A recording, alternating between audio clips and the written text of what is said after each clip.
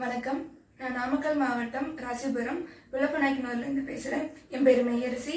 அப்பா பேர் இதயகாந்தன், மெக்கானிக்காக இருக்காரு. அம்மா புவனேஸ்வரி, விவசாயம் பார்க்குறாங்க. நான் பாச்சல் அரசு மேல்நிலைப் பள்ளியில் 12ஆம் வகுப்பு வரைக்கும் படித்தேன். நான் முதல் தடவை நீட் தேர்வு எழுதும்போது எனக்கு பிடிஎஸ் தான் கிடச்சிச்சு, எம்பிபிஎஸ் கிடைக்கல. நான் திரும்ப ஒரு வருஷம் படித்து நீட் தேர்வு எழுதினப்போ 547 அவுட் ஆஃப் 720 எடுத்ததுனால எனக்கு இப்போ 7.5% ஒதுக்கீடு படி எனக்கு இப்போ எம்பிபிஎஸ் கிடைக்குது. அதன் மூலயமா நான் 5 வருடமுமே எம்பிபிஎஸ் ஃப்ரீயாக படிக்கிற அளவுக்கு எனக்கு வாய்ப்பு கிடைச்சிருக்கு.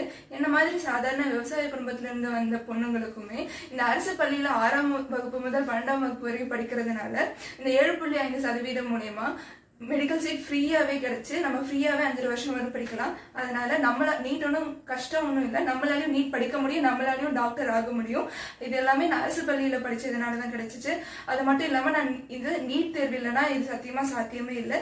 இந்த நீட் தேர்வை கொண்டு வந்த பாரத பிரதமர் மோடி ஐயாவிற்கு நான் நன்றி தெரிவிச்சுக்கிறேன். தேங்க்யூ.